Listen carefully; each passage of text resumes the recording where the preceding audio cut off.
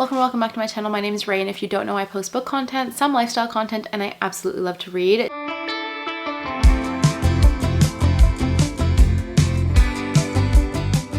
Today's video is going to be a really exciting one because I recently sat down and I started doing a reading journal, and I am someone who I've tried doing a reading journal for a few years now and it just doesn't seem to work for me. Like, I forget about it. I don't want to do it. It feels like a chore. I was like, I'm not going to do it this year. I'm not going to do that to myself again. And then I started one, and then I started doing it, and then I found a different way to do it, and I was like, okay, maybe I'm kind of enjoying doing this and it's a little bit fun. So I told myself that if I'm starting one this year and I don't finish it, then I am not allowed to start one next year, because what is the point? I'm trying out a whole reading journal right now and we'll see how it goes, but right now I'm having a lot of fun with it. And so I decided to just start a reading journal. But while I was doing that, I had a spread that I created for how many series I'm in the middle of, and I could not have told you that number before. I did that spread in the reading journal, and now I can tell you. Well, no, I still can't because I forgot what the number is, but I wrote down all the series I was in the middle of for that spread, and I ended up, I think it was 24 or 26 series that I'm in the middle of. So that seemed crazy. Like, seeing it in writing seemed a little bit crazy to me. I have never in my life been in the middle of that many series. I used to be a chronic series starter, series finisher, and now I am a series starter and not finisher, and we have to break that habit. So I'm holding myself accountable, and if you're in the middle of a lot of series too, let's hold ourselves accountable together. I would love to know how many series that you're in the middle of, so let me know in the comments below. I mean, or don't. You might not want to be held accountable, but I am holding myself accountable today because it is out of control. I want to be able to read more series than I'm starting this year, and we're already a little bit behind on that goal. So from that entire thing, I think we got the gist of this video, but we are going to be continuing the series that I am in the middle of, with today's episode being the Emma M. Line series. I started the Emma M. Line series last year and absolutely loved it. I ordered the first two books because they were each under 100 pages. So I read through those, and then I decided to buy the rest of the series because I absolutely loved those books. I fell in love with all the characters and the storyline and the overall premise of it. And if you don't know what the Unselected Journals of Emma M. Line are, essentially we are following Emma, and she comes back to her hometown of St. Crispian's, where she was expecting to have this inheritance, and also she was owed some money for some work that she did. However, she gets back home, she realizes she's not going to get paid for that work that she did.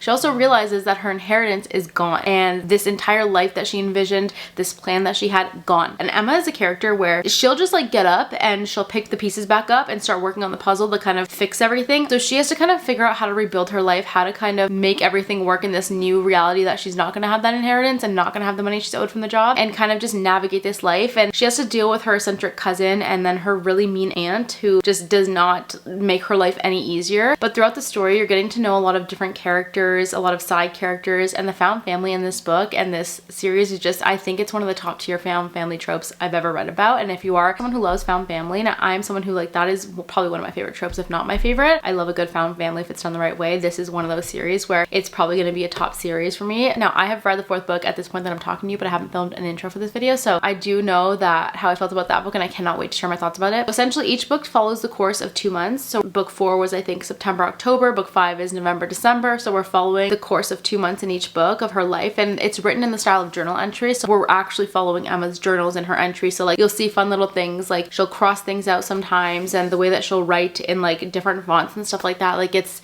just really fun. It's a fun experience, and you'd think that just reading someone's journal could get very boring, but this is just, it's not at all. It's such a fun series to follow. Emma is such a strong character, and she's just someone who like everyone likes for the most part, and she just knows how to navigate every situation she's in so seamlessly. I absolutely love her character so much. I think she's one of my favorite female characters, if not my favorite. But I think this series is just good for anybody. So it's set in kind of the Victorian era. It's taking place in the 1800s, and I think like 1883. So we're in the Victorian era following Emma. She's very witty, she's very fun to follow. The banter is incredible. She's so good at just like feeding off people's energy. She knows how to deal with people. Like, her cousin is absolutely the worst. I don't know how she deals with him, but she finds a way to just be cordial, but like also not put up with bullshit. She's such a witty and charming character. I love following her story. She's such a fun character to follow. I love the series so much. I'm so excited to get into it. So enough of me talking, and let's just get straight into the video. But we are going to be reading the Unselected Journals of Emma M. Line volume 4 and 5 in this video, and we are going to be continuing series that I am in the middle of until I am caught up on all the series that I'm in the middle of. The goal is to finish a lot more series this year than I'm starting, and I've already started more than I've finished. So not off to a great start, which is why we're doing this series. And yeah, let's just get into it. Let's get into the reading vlog. Let's get into all of it. So as always, go grab your favorite drink, grab your current read, and come hang out and read with me.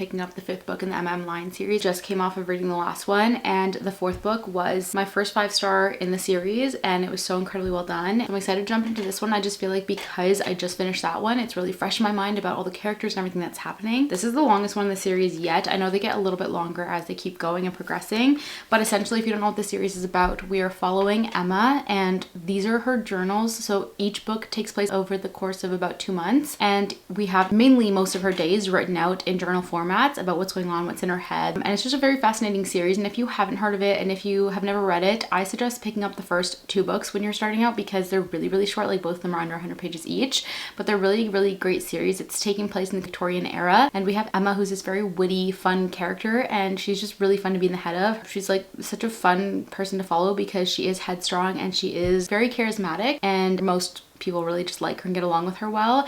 And in the 4th book, we got such a good glimpse at the found family that I think the rest of the series is going to progress into. Something about the found family really just solidified the fact that this is just one of my all-time favorite series, and I just feel like because we got that established in the 4th book, this 5th book is going to be so interesting to see how that dynamic between that found family continues to evolve and progress, and just how everything comes out of it, because I feel like Emma in the 4th book has finally found her people. She has finally found the people who, I should probably hold up the 4th book if I'm talking about the 4th book, but I feel like Emma in this book has finally found her people. She's finally found the people who make her feel seen and heard, and she's getting used to that because her parents are no longer around and her cousin and her aunt are both just crazy. She doesn't really have family to lean on, and I feel like in this book we really got to see that side of the found family that she is hopefully gonna, as the books progress, get to lean on and get to feel like, okay, she has people in this world that she can count on because she is very much on her own.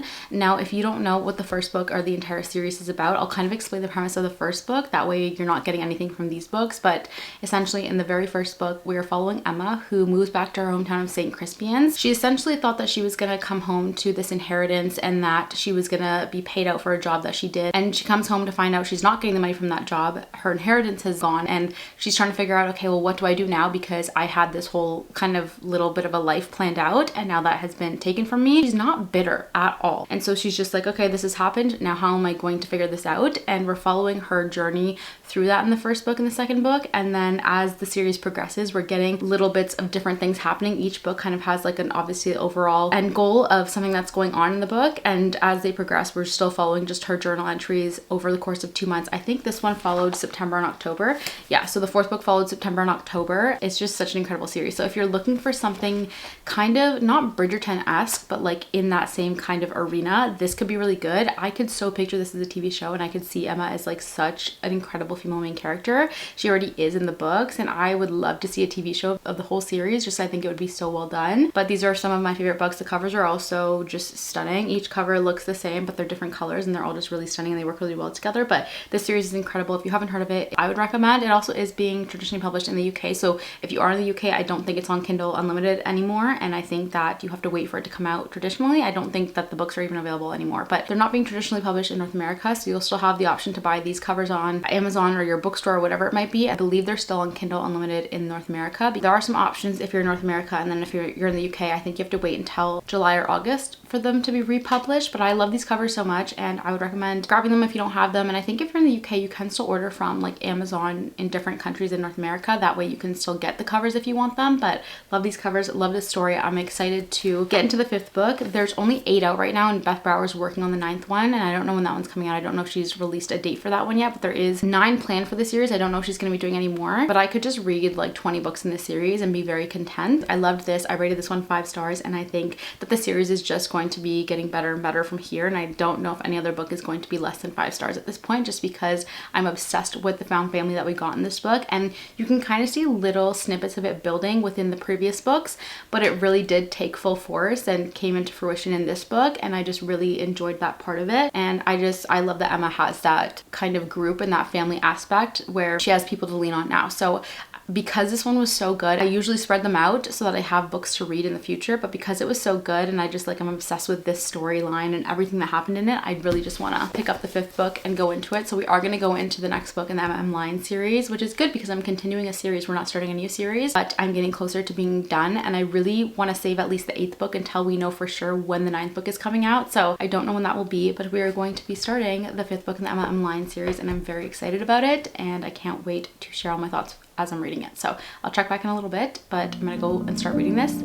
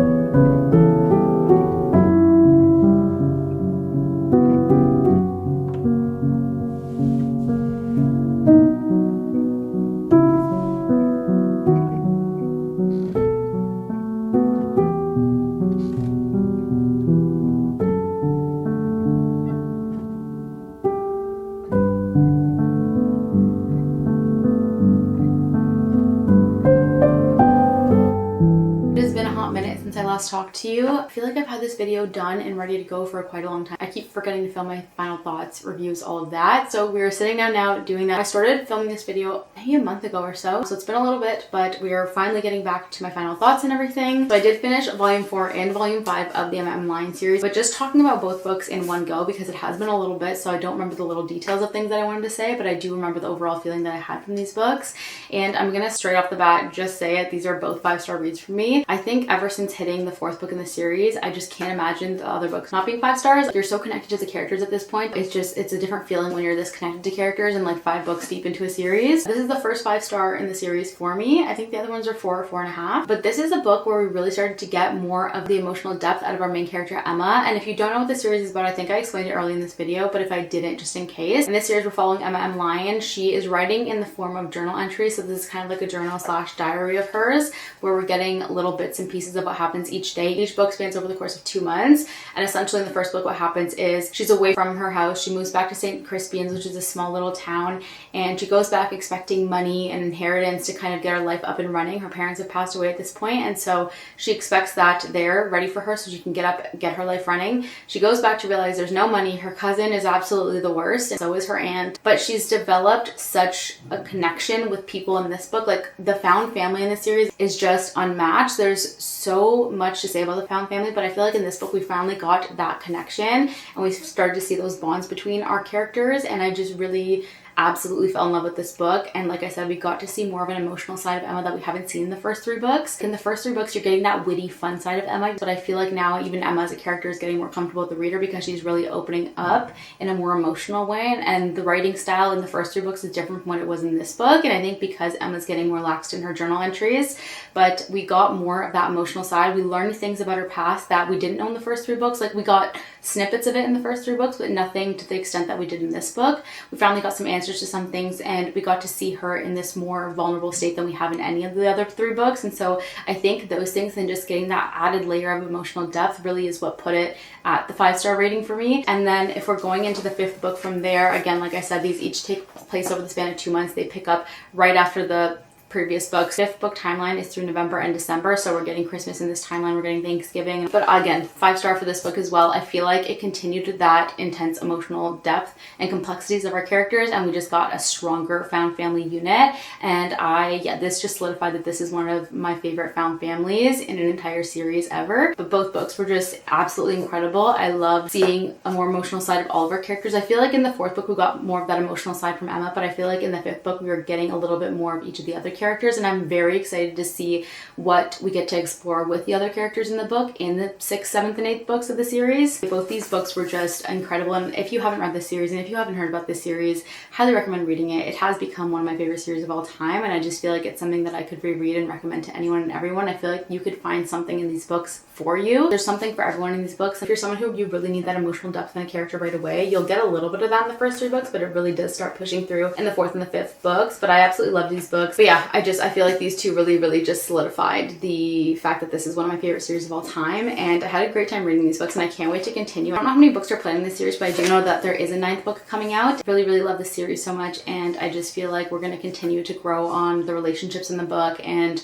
we're going to get to see more of the other characters in the book who I'm very curious about. It's so interesting because in the first book you have little glimpses of the lives of the side characters. Some of the side characters in the series are some of my favorite side characters, and they all just have these really contrasting personalities that just work so well together in the group dynamic that they're in. Outside of that, she just is someone, like I said a million times before, is so good at dealing with conflict and just knowing what to do and what to say at the right time. And she's just, I don't know how she puts up with it. Like, she's got a really strong exterior, but we really got to see that more vulnerable, softer interior from Emma. There's not enough things I could say about this book. Like I said, it has been a little while, so all the little details that I wanted to talk about, I think initially, have left my mind. But I did want to wrap up this video and just kind of talk to you about my feelings about these books. I think you should read it 1,000%. That's all I have for you today. If you stayed this long, thank you so much for watching. Make sure you like and subscribe to get up to my content, and I hope to see you in the next one.